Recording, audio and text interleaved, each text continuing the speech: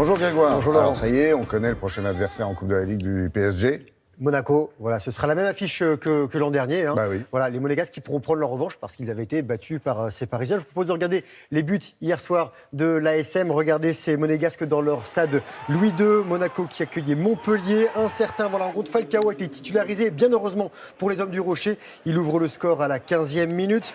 Des Montpelliérains qui, eux, étaient peu inspirés offensivement, qui encaissent un deuxième but à la demi-heure de jeu avec un doublé de Falcao, donc encore lui. Et après l'heure de jeu, l'arbitre va refuser un but de Ronny Lopez après avoir eu recours à la vidéo, comme quoi ça marche très bien. Falcao était légèrement hors jeu. L'ASM s'impose 2-0 et donc défiera Paris. On l'a dit, la finale ce sera le 31 mars et ça se jouera à Bordeaux. Ça jouait au foot aussi en Angleterre, à Wembley. Manchester United en blanc a perdu face à Tottenham. 25e journée de Premier League. Les Red Devils, invaincus depuis 8 matchs, perdent 2-0. Ouverture du score d'Eriksen dès le coup d'envoi. On joue depuis quelques secondes et avant la mi-temps, le défenseur mancunien Phil Jones lui marque contre son camp. Les Spurs s'imposent 2-0 et se relancent dans la course à l'Europe à la 5e place. Et Manchester United est deuxième du championnat à 15 points de Manchester City. Et en Espagne, c'était la Coupe du Roi, première demi-finale aller. Leganés, c'est un club de banlieue de Madrid qui joue en milieu de tableau, accueillait le FC Séville, match nul 1 partout. Luis Muriel a ouvert le score pour les Andalous et Siovas, lui, a égalisé pour Leganés sur une erreur du gardien Séville Enrico. Avec un but à l'extérieur, Séville aura donc l'avantage du terrain au match retour. Ce sera le 7 février.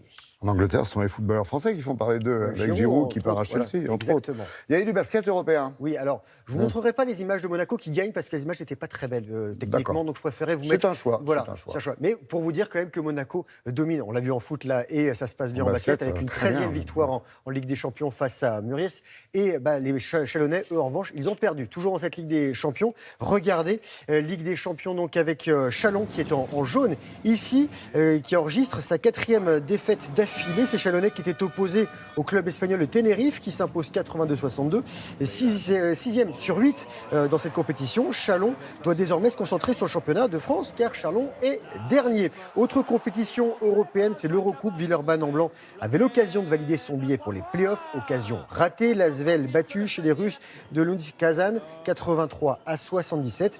À 5 journées, Villeurbanne compte 3 victoires pour 2 défaites. Ouais, l'actualité sportive, c'est aussi du foot en salle, je crois. Futsal, exactement. Ouais. Si vous ne connaissez pas, la France participe à sa première grande compète. C'est la première compète qui est européenne pour ces Français. Et le futsal, je vous explique tous. Regardez ce que c'est. Et les Français qui étaient face aux Espagnols avec ce premier match. Donc l'Espagnol qui est grande favorite. Le futsal, ça se joue à 5 contre 5 sur un terrain type handball avec des cages de handball. Le ballon est plus petit que celui de foot. Il ne rebondit pas. 2 mi-temps de 20 minutes et pas de hors-jeu. Et c'est un match nul. 4 partout. La France a été rejointe à 2 minutes de la fin. Et les Espagnols, eux, sont champions du monde et sacrés 7 fois à l'Euro en 10 éditions.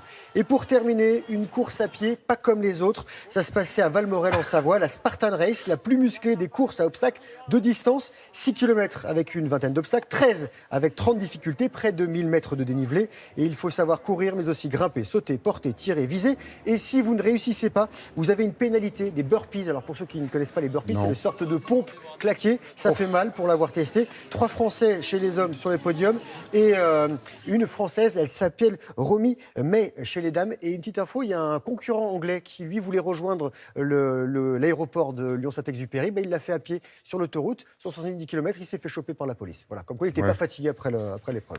Courageux le garçon, tant qu'il ne tombe pas à la nage, c'est bon signe. Merci Grégoire, passez une bonne journée, un bon jeudi.